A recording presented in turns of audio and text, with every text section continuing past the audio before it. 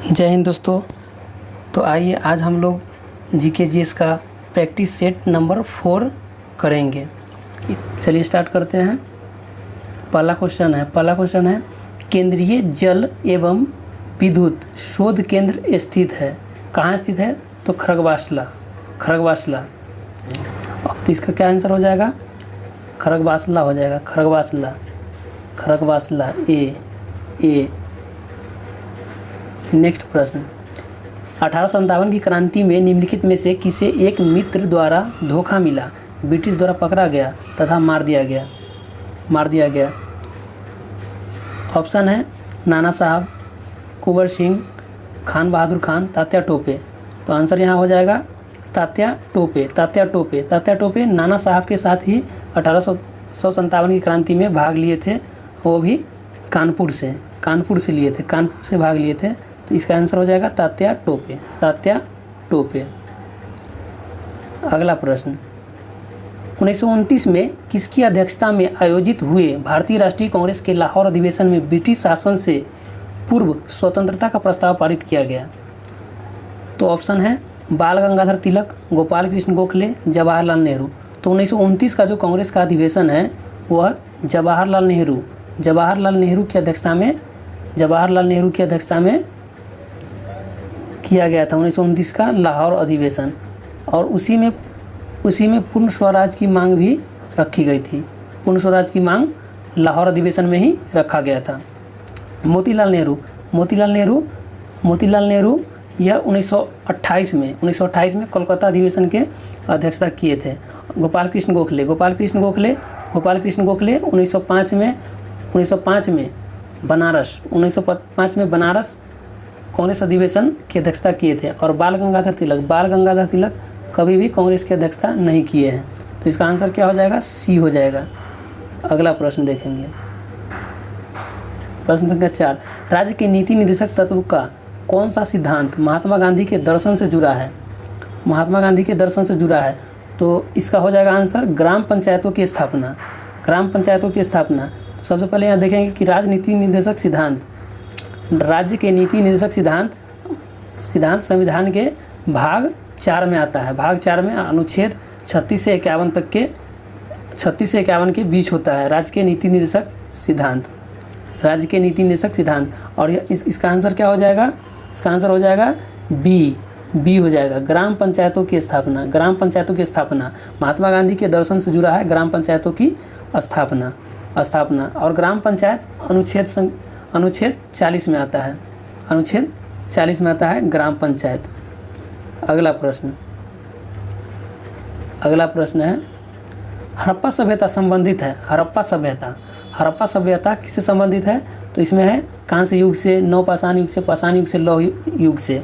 तो इसका आंसर हो जाएगा कांस्य युग से। ऑप्शन नंबर ए हो जाएगा, कांस्य युग से। हड़प्पा सभ्यता को कांस्य युगीन सभ्यता या सिंधु घाटी सभ्यता के नाम से भी जाना जाता है। सिंधु घाटी सभ्यता की खोज किसने की थी? सर दयाराम साहनी ने 1921 में। तो आंसर इसका हो गया ए। अगला प्रश्न, भारत तथा चीन के बीच सीमा बनाने वाली रेखा कौन सी है? तो इसमें हो जाएगा आंसर हो जाएगा मैकमोहन रेखा भारत चीन के बीच है।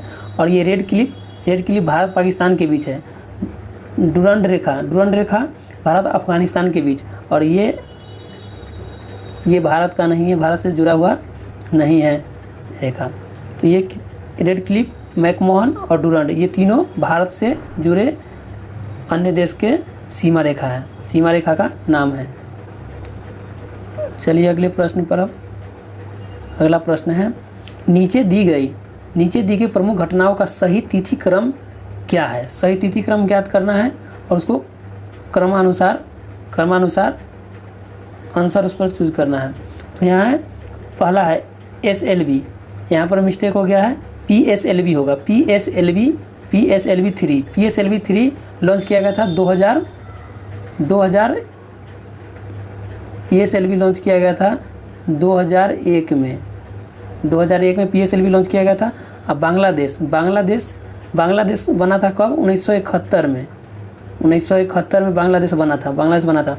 और सिक्किम भारत का 22वां राज्य बना था 75 में, 1975 में। अब पोखरण 1 परीक्षण हुआ था 1974 में। तो इसको क्रमानुसार आंसर देना है, नीचे दिया गया है ऑप्शन। तो क्या हो जाएगा, पहले 71 वाला लेंगे 1971, यानी कि 2 उसके बाद फिर 74, पोखरण परीक्षण हो जाएगा 4, 2 4, उसके बाद ये 75 आ जाएगा, 2 4 3 1, 2 4 3 1, 2 4 3 1, 2 4 3 1 जहाँ भी होगा वो हमारा आंसर हो जाएगा। अब यहाँ पर देखेंगे कि 2 4 3 1 कहाँ है, 2 4 3 1, पहला ऑप्शन ही मिल गया, तो यही आंसर हो जाएगा। अगला प्रश्न है प्रश्न संख्या 8। संपूर्ण क्रांति का आह्वान किया गया था। संपूर्ण क्रांति का आह्वान किसके द्वारा किया गया था? तो ऑप्शन में है महात्मा गांधी, ए में महात्मा गांधी, बी में भगत सिंह के द्वारा, सी भीमराव अंबेडकर के द्वारा और डी जयप्रकाश नारायण के द्वारा। तो यहाँ इसका आंसर हो जाएगा डी जयप्रकाश नारायण के द्वारा। और संपूर्ण क्रांति की आह्वान किया गया था जयप्रकाश नारायण के द्वारा पटना के गांधी मैदान में 1979 में। जयप्रकाश नारायण का जन्म हुआ था 1902 ईस्वी में, 11 अक्टूबर 1902 ईस्वी को हुआ था। और मरणोपरांत इनको 1999 में भारत रत्न दिया गया था, भारत रत्न से सम्मानित किया गया था। जयप्रकाश नारायण को भारत रत्न से सम्मानित किया गया था मरणोपरांत। अगला प्रश्न संख्या 9। विंग्स ऑफ फायर का लेखक कौन है? विंग्स ऑफ फायर का लेखक कौन है? तो यहाँ पर विंग्स ऑफ फायर का लेखक हो जाएगा APJ अब्दुल कलाम। ये हो गया आंसर। अब ये इसमें और दिया गया है ऑप्शन, इसके बारे में भी जान लेंगे। तो यहाँ पर क्या है, अरुंधति राय के द्वारा लिखा गया पुस्तक है the God of small things. Jawaharlal Nehru के द्वारा लिखा गया है मेरी कहानी और ग्लिम्सेज ऑफ वर्ल्ड हिस्ट्री। और भी पुस्तक है इनके द्वारा लिखा गया, जैसे डिस्कवरी ऑफ इंडिया।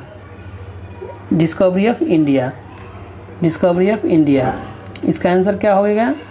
इसका आंसर हो गया APJ अब्दुल कलाम। अब अगले प्रश्न पर चलते हैं। प्रश्न संख्या 10। भाखरा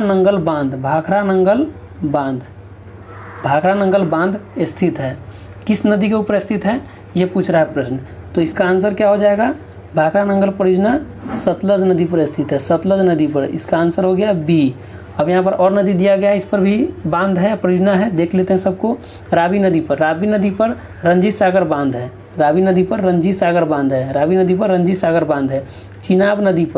चिनाब नदी पर दुल्हस्ती परियोजना या सलाल परियोजना है। गंगा नदी पर फरक्का परियोजना अवस्थित है। अब अगला प्रश्न देखेंगे, प्रश्न संख्या 11। कलहन द्वारा रचित राजतरंगिणी में वर्णन किया गया है। कलहन के द्वारा रचित राजतरंगिणी में वर्णन किया गया है कश्मीर के इतिहास को। आंसर क्या हो जाएगा? कश्मीर के इतिहास को। कलहन के राजतरंगिणी में कश्मीर के इतिहास को वर्णन किया गया है। चंद्रगुप्त के शासन के बारे में अर्थशास्त्र से पता चलता है, जो कि अर्थशास्त्र के लेखक कौन है? चाणक्य, कौटिल्य, विष्णुगुप्त। तीनों नाम उन्हीं का है। चंद्रगुप्त मौर्य के गुरु भी वही हैं। अगला प्रश्न देखेंगे, प्रश्न संख्या 12। राजा राम मोहन राय संस्थापक थे ब्रह्म समाज के। तो क्या हो जाएगा आंसर इसका? ब्रह्म समाज आंसर हो जाएगा इसका। ब्रह्म समाज आंसर हो जाएगा। और इसमें दिया गया है आर्य समाज का संस्थापक कौन था? तो स्वामी दयानंद सरस्वती था। रामकृष्ण मिशन स्वामी विवेकानंद जी रामकृष्ण मिशन के संस्थापक थे। और प्रार्थना समाज के संस्थापक कौन थे? तो आत्माराम पांडुरंग। अब अगला प्रश्न देखेंगे,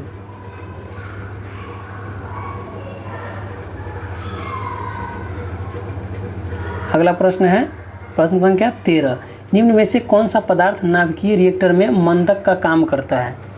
निम्न में से कौन सा पदार्थ नाभिकीय रिएक्टर में मंदक का कार्य करता है? तो इसमें हमेशा मिस्टेक हो जाता है, एक भारी जल में और कैडमियम के छड़ में। तो यहाँ तो कैडमियम का छड़ भी ऑप्शन में नहीं दिया गया है, तो इसका आंसर तो हो जाएगा भारी जल ही हो जाएगा, भारी जल हो जाएगा। भारी जल यानी कि ड्यूटेरियम ऑक्साइड D2O, इसे हम D2O के नाम से भी जानते हैं, D2O ड्यूटेरियम ऑक्साइड। और ड्यूटेरियम ऑक्साइड क्या है? हाइड्रोजन का ही समस्थानिक है, हाइड्रोजन का दूसरा समस्थानिक है। हाइड्रोजन का कितना समस्थानिक है? टोटल 3 है, तो ये दूसरा है। और ओजोन का क्या होता है सूत्र? O3 होता है। अब अगला प्रश्न देखेंगे। अगला प्रश्न है 14 नंबर, वायु का वेग संबंधित है दाब प्रवणता से, और दाब प्रवणता के कारण ही चक्रवात और प्रतिचक्रवात उत्पन्न होता है। दाब प्रवणता के कारण ही चक्रवात और प्रतिचक्रवात उत्पन्न होता है। इसका आंसर क्या हो जाएगा? सी हो जाएगा, सी, दाब प्रवणता। और जब भी आंतरिक दाब कम हो और बाह्य दाब अधिक हो, तो दाब क्या होता है? अधिक से कम की ओर फ्लो करता है। तो आंतरिक अगर कम रहेगा और बाह्य दाब अधिक रहेगा, तो बाहर से अंदर की ओर जाएगा, तो यह चक्रवात कहलाएगा। और जब आंतरिक दाब अधिक हो और बाह्य दाब कम हो, तो वह बाहर की ओर निकलेगा, वायु दाब बाहर की ओर होगा, तब उसे हम प्रतिचक्रवात कहेंगे। इसका आंसर हो गया क्या? दाब प्रवणता, सी। अगला प्रश्न संख्या 15, मानव शरीर में रक्तचाप नियंत्रित होता है अधिवृक्क ग्रंथि से। अधिवृक्क ग्रंथि किडनी के ऊपर होता है, अधिवृक्क ग्रंथि। इसे हम एड्रीनल ग्लैंड भी कहते हैं, इंग्लिश में इसे एड्रीनल ग्लैंड कहते हैं। और एड्रीनल ग्लैंड में 2 प्रकार के, जैसे F3 और S4 के नाम से भी जाना जाता है। अधिवृक्क ग्रंथि को यानी कि एड्रीनल ग्लैंड को S4 और F3 के नाम से जाना जाता है। F3 का मतलब क्या हुआ? तो F1 हो गया फ्लाइट, और F2 हो गया फ्राइट और फाइट, यानी कि इसे लरो उरो हार्मोन के नाम से भी जाना जाता है। इसका क्या हो गया आंसर? ये हो गया अधिवृक्क ग्रंथि। अगला प्रश्न संख्या 16, कंप्यूटर में वायरस संबंधित है प्रोग्राम से। इसका क्या हो जाएगा आंसर? सी, प्रोग्राम हो जाएगा। कंप्यूटर में वायरस संबंधित है प्रोग्राम से। अगला प्रश्न देखेंगे। अगला प्रश्न संख्या 17, वह तापमान जिस पर सेंटीग्रेड तथा फ़ारेनहाइट थर्मामीटर की रीडिंग एक समान होता है, तो वह तापमान क्या है? -40 डिग्री सेल्सियस हो जाएगा इसका आंसर। -40 डिग्री सेल्सियस इसका आंसर हो जाएगा। 0 डिग्री सेल्सियस से नीचे पर जम जाता है पानी, और 100 डिग्री सेल्सियस पर उसका क्वथनांक बिंदु होता है, और हिमांक बिंदु 0 डिग्री सेल्सियस से नीचे। और जब वह जमता है तो वह ठोस का रूप ले लेता है, और जब क्वथनांक होता है तो वह जलवाष्प का रूप ले लेता है। और बीच में यानी कि 0 से 100 के नीचे ताप अगर होगा तो उसे हम द्रव अवस्था में मानेंगे। द्रव अवस्था में होता है। अगला प्रश्न संख्या 18, मनुष्य के नेत्र के रेटिना पर प्रतिबिंब बनता है। मनुष्य के नेत्र के रेटिना पर कैसा प्रतिबिंब बनता है? तो इसमें वास्तविक और उल्टा प्रतिबिंब बनता है। इसका आंसर क्या हो जाएगा? डी हो जाएगा। वास्तविक तथा उल्टा प्रतिबिंब बनता है। अगला प्रश्न देखेंगे। प्रश्न संख्या 19 सीमेंट के ग्राइंडिंग प्रक्रम के अंतर्गत क्लिंकर चूर्ण में जिप्सम मिलाने का उद्देश्य क्या होता है? तो इसमें ए में है सीमेंट का रंग तथा संयुति को सुधारना, बी में है एक समांग मिश्रण बनाना, सी में है सेटिंग की दर को त्वरित करना, डी में है सेटिंग की दर को मंदित करना। तो इसका आंसर क्या हो जाएगा? डी हो जाएगा, डी सेटिंग की दर को मंदित करना, यानी कि जमने की जो प्रक्रिया है उसको धीमा करना। इसी के लिए जिप्सम मिलाया जाता है, जिप्सम मिलाया जाता है। जिप्सम का रासायनिक सूत्र क्या होता है? जिप्सम का रासायनिक सूत्र CaSO4 × 2H2O, CaSO4 × 2H2O होता है जिप्सम का रासायनिक सूत्र। अगला प्रश्न देखेंगे जो कि आखिरी प्रश्न होगा। क्या है 20 नंबर प्रश्न? प्राकृतिक गैस का मुख्य अवयव है। प्राकृतिक गैस का मुख्य अवयव कौन सा गैस है इसमें? तो इसका आंसर हो जाएगा ए मीथेन। प्राकृतिक गैस का मुख्य अवयव है मीथेन।